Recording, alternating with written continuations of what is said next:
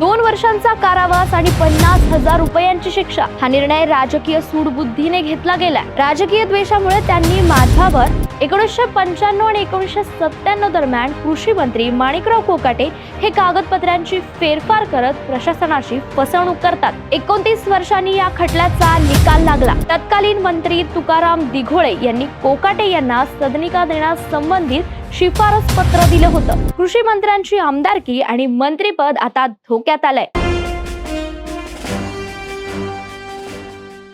नमस्कार मंडळी, मी साक्षी पांचाळ आणि तुम्ही पाहताय न्यूज अनकटचा #राजकारण हा कार्यक्रम। 1995 ते 1997 दरम्यान कृषी मंत्री माणिकराव कोकाटे हे कागदपत्रांची फेरफार करत प्रशासनाची फसवणूक करतात आणि आज तब्बल 29 वर्षांनी या खटल्याचा निकाल लागला।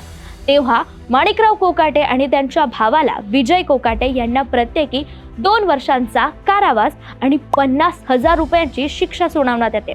आता या निर्णयामुळे कृषी मंत्र्यांची आमदारकी आणि मंत्रीपद आता धोक्यात आलंय। चला जरा भूतकाळात जाऊयात। 1995 ते 1997 मध्ये हे संपूर्ण प्रकरण घडलं जेव्हा महाराष्ट्रात शिवसेना भाजप युतीचं सरकार होतं। तत्कालीन जिल्हा परिषद सभापती माणिकराव कोकाटे यांनी राज्य शासनाच्या मुख्यमंत्री स्वेच्छा निधीतला 10% योजनेतील सदनिका घेतली होती।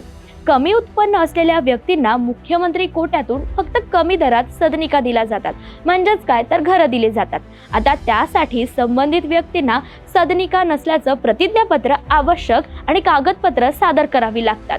आता 1995 मध्ये ॲडव्होकेट माणिकराव कोकाटे व विजय कोकाटे यांनी कागदपत्र सादर करून कॅनडा कॉर्नर भागात 2 सदनिका मिळवल्या। त्याचबरोबर त्याच इमारतीतील इतर 2 सदनिका देखील त्यांनी वापरल्या। या संपूर्ण प्रकारात त्या काळाचे मंत्री तुकाराम दिघोळे यांनी न्यायालयात एक याचिका दाखल केली होती। सरकारवाडा पोलीस ठाण्यात फसवणुकीचा गुन्हा त्यांनी नोंदवला। आता या तक्रारीनंतर जिल्हा प्रशासनाने चौकशी केली आणि आता तब्बल 29 वर्षांनी या खटल्याचा निकाल लागला।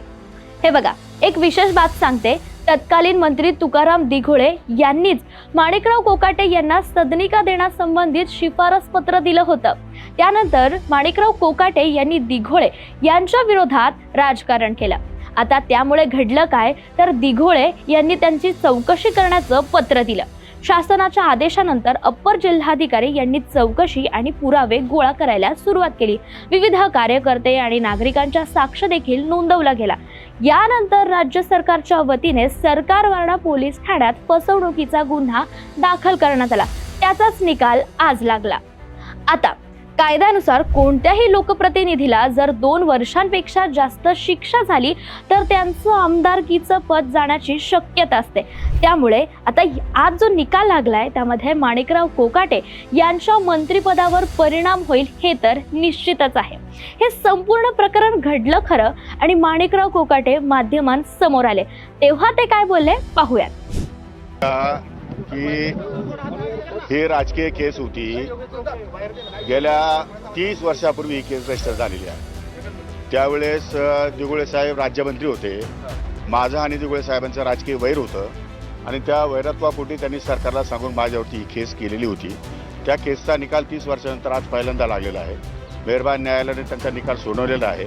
निकालपत्र हे मोठं आहे, 40 पानाचं आहे। मी अजून वाचलेलं नाही, वाचून त्या संदर्भात मी आपल्याला व्यवस्थितपणे मार्गदर्शन करेल आणि त्यासाठी मी अपील या ठिकाणी करण्याचा निर्णय घेतलेला आहे। हे प्रकरण 30 वर्षांपूर्वीच आहे। त्या काळात तुकाराम दिघोळे हे राज्यमंत्री होते आणि त्यांचं माझ्याशी राजकीय वैर होतं।